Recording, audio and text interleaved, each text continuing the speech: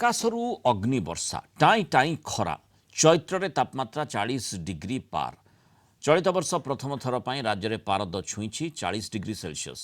आज 5 सहर टिटलागढ़, बलांगीर, बौद्ध, भवानीपाटना और नयागढ़ में दिनर सर्वोच्च तापमात्रा 40 डिग्री डेईछि। सेहीपरि 5 सहर में 39 डिग्री सेल्सियस पार करिछि तापमात्रा। एप्रिल असह्य हेब ताती। उष्म वायु प्रवाह ताती को आहुरी कलबल बढ़ईदेव। आगामी 4 रु 5 दिन केतेक जिले में असंभाल खरा और ग्रीष्मर प्रकोप देखादेव। वायुमंडल शुष्क थिबारु खरार प्रकोप अधिक रहिथिबा पाणीपाग विभाग पक्षरु कुहाଯାଇଛି। आगामी 48 घंटे आभ्यंतरीण ओडिशा समेत केतेक जिले में दिन तापमात्रा 2 डिग्री सेल्सियस वृद्धि पाइब। यापर पागरे विशेष परिवर्तन होबार संभावना नाही। ଏହି ସମୟରେ ରାଜ୍ୟର ଅଧିକାଂଶ ସ୍ଥାନର ତାପମାତ୍ରା 38 ରୁ 40 ଡିଗ୍ରୀ ସେଲ୍ସିୟସ୍ ରେକର୍ଡ ହୋଇପାରେ। ଆଗାମୀ 4 ରୁ 5 ଦିନ ଯାଏ ରାତିର ତାପମାତ୍ରା ମଧ୍ୟ 2 ରୁ 3 ଡିଗ୍ରୀ ସେଲ୍ସିୟସ୍ ବୃଦ୍ଧି ହୋଇପାରେ।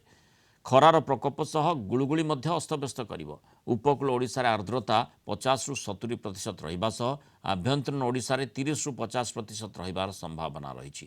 ଦିନ 9ଟାରୁ ଆରମ୍ଭ ହୋଇଯାଉଛି ତାତି ଗୁଳୁଗୁଳି। ଦିନ 11ଟା ବେଳକୁ ଅସହ୍ୟ प्रबल खरा और ग्रीष्म प्रवाह पर घर बाहर समय आवश्यक प्रतिषेधक नेबाकू परामर्श देछि पाणीपाग विभाग।